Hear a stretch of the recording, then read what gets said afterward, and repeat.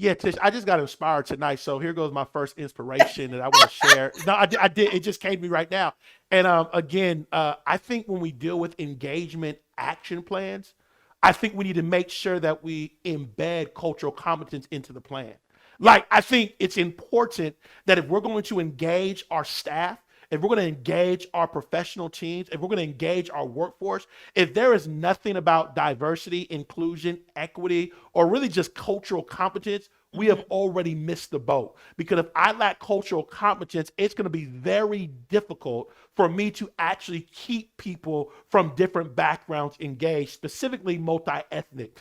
The second thing I want to share is this, and I share this in the book. When we look at the current demographics, there's four generations primarily in the workplace. Number one is baby boomers, those from 1946 to 1964, determined on who number you look at.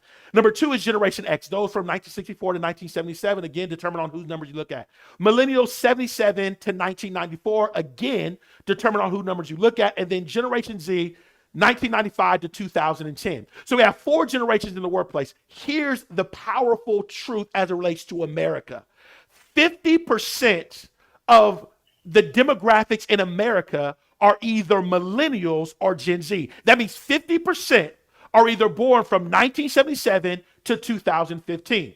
Secondly, out of those 50% of the US population, almost 50% are from a culturally diverse background. Literally, there was a study in Nielsen. They found that 43% of people that are part of the millennial generation are either Black, Hispanic, or Asian Pacific Islander.